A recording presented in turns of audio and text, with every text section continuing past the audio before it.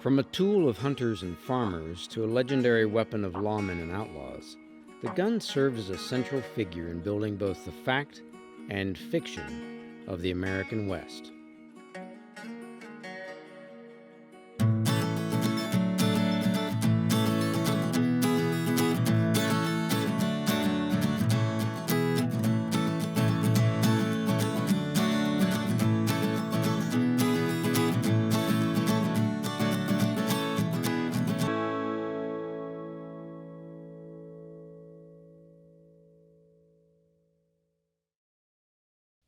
The role of firearms in the settlement era of the Great Plains is illustrated by the fact that they are frequently displayed in museums throughout the West.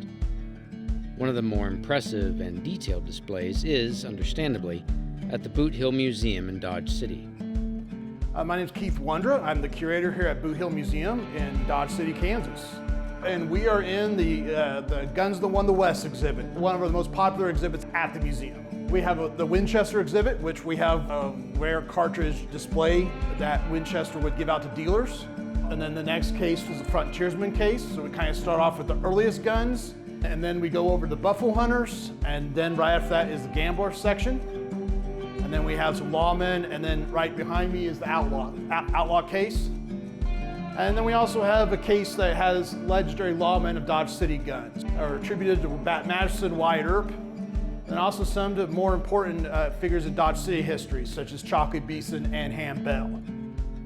Yeah, we are enlarging. We got a donation of a collection of guns from a rancher south of town near Ashland, Kansas, by the name of Walter Couch. One of them I can show you right now is this Colt gun.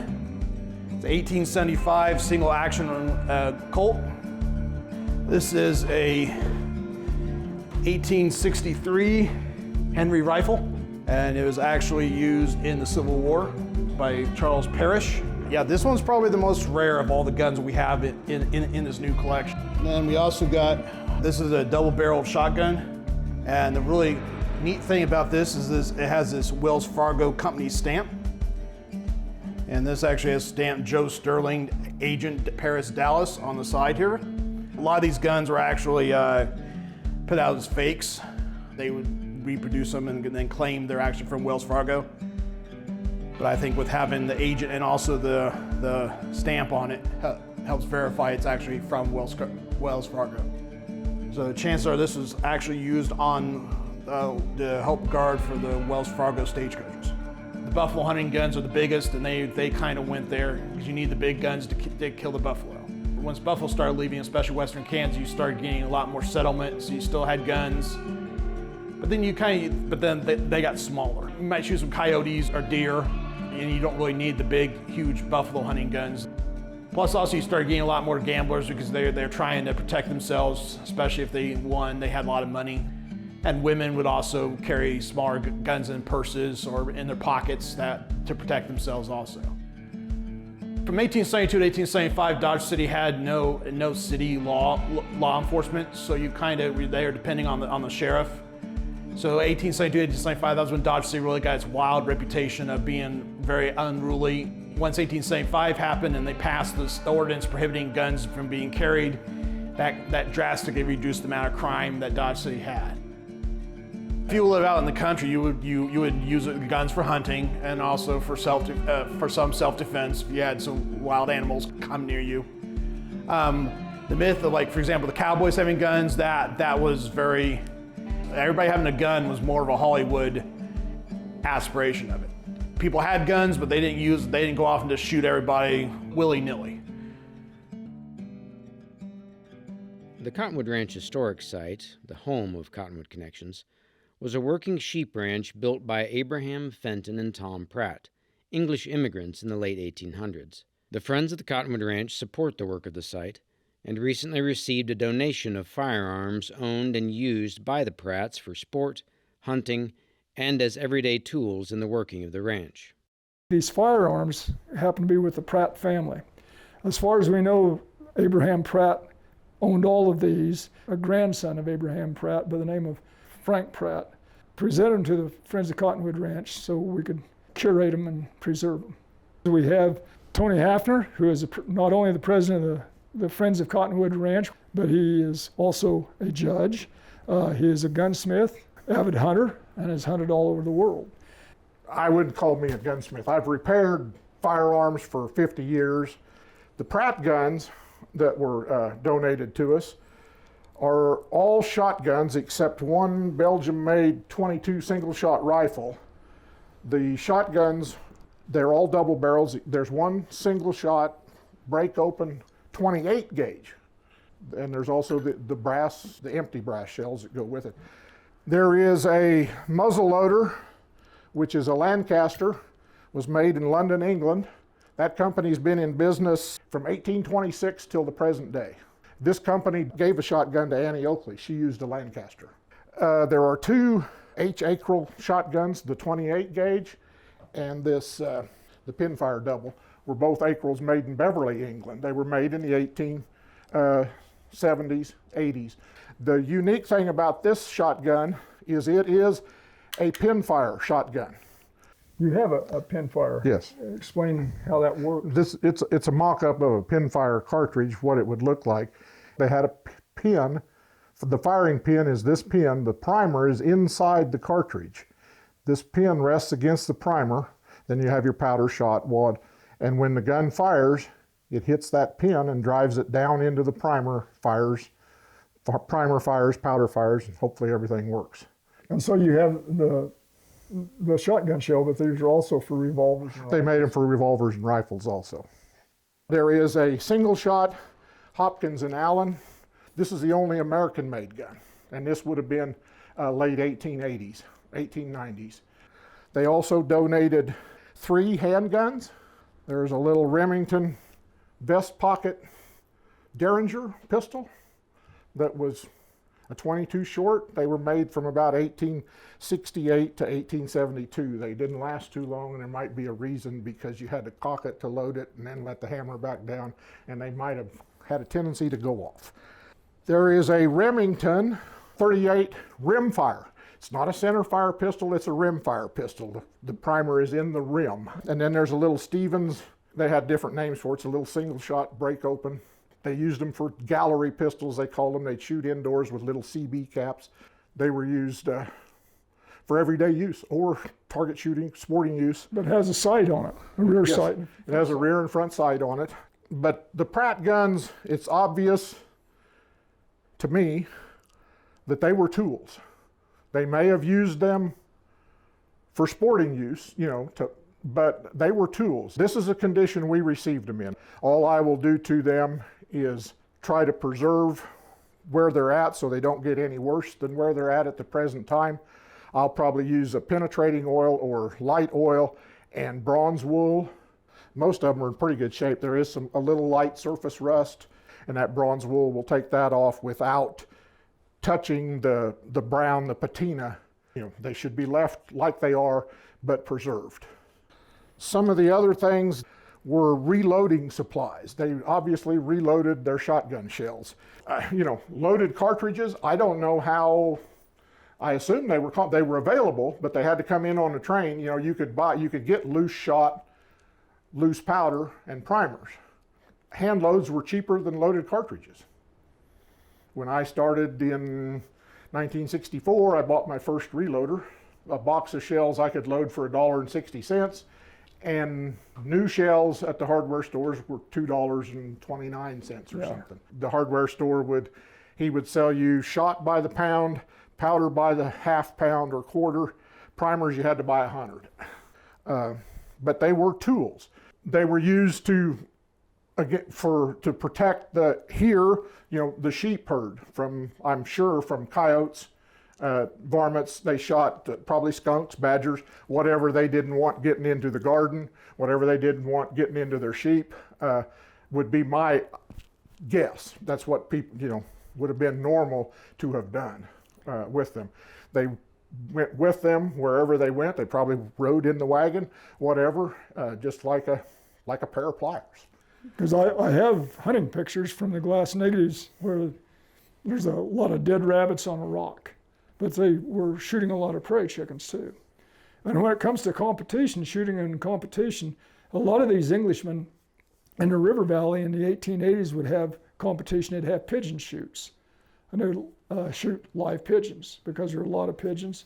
And the tradition was, from the oral tradition, that whatever pigeons they happened to kill during the competitive pigeon shoot, they used those and had pigeon pot pie for the evening meal. Well, I'm sure they shot clay targets too. Yeah, well, or glass balls. Yeah. They used a lot of glass balls before the clay target was invented. But like I said, it's obvious, from the condition they're in, they weren't abused, but they were used. Tony's long interest in historic firearms includes participation in cowboy action shooting events, which can further illustrate the conversation. After sharing about the Pratt guns, Tony brought in guns from another collection to discuss the progression of firearms during the 1800s. And just so everybody knows, every firearm in here is empty, been checked. There's no live ammunition anywhere around. I wouldn't be standing on this side if that was not the case. We're going to start about Civil War time, pre-Civil War. Like I showed you before, this is one of the Pratt's muzzle loading shotguns that you had to load from the muzzle. Just so everybody knows, it's unloaded. The first thing you want to do if you ever get a muzzle loader is you want to make sure that it's not loaded before you put your head over the barrel. You measure from the back of the breech to the end of the barrel. You use a rod a little longer, but this one, it goes in plus a 3/4 of an inch. So that's obviously empty. And that particular thing, you tamp it in with it, but that's called the ramrod, isn't it? It's ramrod. And you would put your measured charge of powder in, whether it was a rifle or a shotgun. Put the measured charge of powder. With a shotgun, you would put a wad, whether it's a cardboard wad that fit the barrel, or some people used a rag, whatever was available, but the cardboard fiber wads was best. You put the wad in, then you put your measured charge of shot in. Then you put your overshot wad, and at that point is when you rammed it, you put pressure on it so that everything is held back against the rear of the chamber, same way on both barrels. Rifle, the same thing. You push that ball, the ball fit tight so that it would seat into the rifling. With a rifle, you use a bullet or a patched round ball, a ball that has cloth around it. The ball went right against the powder, or the bullet went right against the powder. Then put your ramrod away, and you put your caps on the nipples, and when you're ready to fire, obviously you cock the hammer and fire. And then you go through it all again, whether it's a rifle or a shotgun. During the Civil War, cartridges, they started using some cartridges, paper cartridges, or some brass cartridges. The military used some. This is not a Henry rifle, but it was a brass looking frame lever action rifle. They used some Sharps rifles. The 1866 Winchester came into common use after the Civil War. The 1874 Sharps rifle is what a lot of people equate with the buffalo hunters. They were the big bore, breech loading, single shot rifles. You run the lever and there's a block of steel. That's the way it drops. You see it come down here. That's what actually closes up the rear of the breech. You still have to cock it in order to fire it. This is a dummy shell. You put the shell in, you close it, and then when you're done, it ejects. You load another one at a time. After the 66s, in 1873, Winchester developed the 73 rifle. It had the steel frame, shot a pistol caliber cartridge. They were all, And the reason it had the same caliber for both revolvers and rifles was because you could buy just one set. You could use one cartridge. Yeah, carry two different sizes of cartridges. But they were not extremely powerful as far as a rifle. Winchester, in order to compete with Sharps and some of those, they developed in 1876 what they called their Centennial rifle. And it's huge, it's heavy. Then they came out in 1894 with the Winchester Model 94 30-30, still in use, still made today. The 30-30 was the first commercial smokeless powder round. It was designed to be a smokeless powder round in 1893-94. Black powder explodes. Black powder is actually an explosive, according to the federal government. Smokeless powder burns. If you take a pile of each and hold a match to the black powder, once it catches fire, it will go poof. There's your explosion. Smokeless powder, you touch a match to it, it will burn. See how it burns? And the smokeless powder is more powerful, grain for grain, than black powder. Okay, I've got a pile of black powder and a trail of smokeless powder. The smokeless powder will burn up to the black powder, and the black powder will explode, except it's not contained, so it'll just go poof. There's the smokeless burning. The black powder smoked a lot. If it was in real life, in some of the movies you see, you know, after a couple of rounds in a revolver, the room was full of smoke.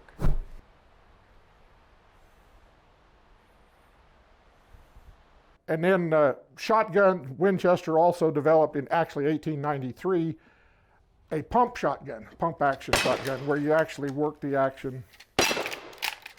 And then this is in 1897, which was a somewhat stronger version of that 93. Remington had a pump shotgun. Marlin had a pump shotgun. Marlin had lever action rifles. Whitney made a lever action. There were a lot of different people making lever action rifles. Winchester, obviously, the most that everybody knows about. In the series or evolution of firearms, we'd gone, you know, there were the single shots, Civil War period, and after the Civil War. Then the levers were developed. And then in the bolt actions were developed prior to the Civil War. The U.S. used a bolt action rifle, paper cartridge, in the Battle of Antietam. It was somewhat limited, and then the government decided in their infinite wisdom the gun was too complicated for the average soldier, so they went strictly with the muzzleloader for the rest of the Civil War, till towards the end they had some cartridge sharps and so forth. Then we went to the trapdoor Springfield. End of the Civil War, the lever actions. Late 1880s, early 1890s, the military actually got into the bolt actions. And this would be an example of the first bolt action that the U.S. military used. And the bolt, by bolt action, I mean you have a bolt, opens and closes an action, and it has a magazine. This one holds 5 rounds. And the way this was this was actually a Swedish design, Norwegian design. You opened the magazine box, you dropped your cartridges into that box, closed it, and it was ready to run. And the way the military wanted it to be used, because they were still in the single shot mindset, the generals, is you turned the magazine cutoff on, which shut the magazine off. You could not feed out of the magazine. You single shot, single shot, single shot. Then when you got in a bind and needed rapid fire, you turned the magazine cutoff off and you shot 5 rounds out of the magazine. And they used this rifle in the Spanish-American War. This was the first smokeless powder rifle that the American military used. Then at that same time period, in Europe, this is an example. Europe used bolt actions. This is a German bolt action. Same theory, only they loaded from the top. The U.S. went to the Springfield in 1903 with the 5-round magazine, same cutoff. This was one of the 2 bolt action rifles from the U.S. military in the First World War. In the civilian market, the semi-auto, Remington produced semi-autos in 1908, sold available to the general public. You load 5 rounds through the top, close the bolt. Every time you pull the trigger, it goes off. That was they were common rifles at that point. The U.S. military stuck with the bolt action up even at the start of World War II, and as the rifles were put into production, the U.S. military went to the semi-automatic M1 Garand. It was still 30-06. There was not a mass-produced bolt-action rifle for the civilian market till 1925. They had taken some military rifles, companies, and cut them off, cut the barrels off, because soldiers were coming back from the Spanish-American War, World War I. They were used to using bolt-action rifles. But Winchester developed the Model 54 in 1924 or 5. Remington had a Model 30 prior to that, which was a kind of a commercialized version of the 1917 that the U.S. used in the First War. And today, the bolt action is probably your most common, other than what they call the modern sporting rifle, the version of the M16, AR-15. Handguns, during the Civil War, the percussion revolver was the most common. You loaded it by one cylinder at a time. You cocked it, you dumped powder in, you set a ball on, you pushed it down, do the same thing for each chamber. When you were done, you put a cap on each nipple, and it was ready to fire. You fired 6, started all over. You loaded the cylinder by hand. They talked about during the Civil War, soldiers carrying multiple loaded cylinders. This pistol, the cylinder comes out, you replace it with another cylinder, and you're ready, you're back in action. At the end of the Civil War, when the cartridges started coming out, they converted percussion revolvers, some of them, to cartridges. And then in 1873, Colt came out with the single action Army. Single action, it means you have to cock it each time you fire it. You have to cock it by hand, and you load it one round at a time. While Colt was in business, Smith & Wesson came out with a competitive firearm. This is a small one. But the Smith & Wesson, instead of loading, it opened up. That was Smith & Wesson's, they developed that. It was in use the same time the 73 Colts. Then later Colt came out with a so-called double action revolver. What they mean is you can either cock it each time, or you can pull the trigger and it cocks and fires. Also, you can open it, the cylinder swings out, empty, load, close. It's quicker than a single action. The first ones the military had were 38 calibers. They used them in the Philippines.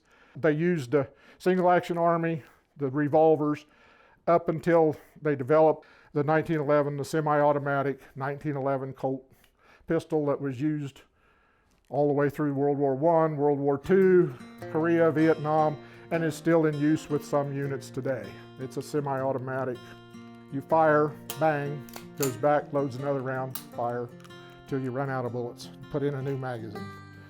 But that's just a rough, real quick outline of the progression on some of, like I said, there were oodles and oodles and oodles of manufacturers. Well, and the old ones, some various calibers never went away.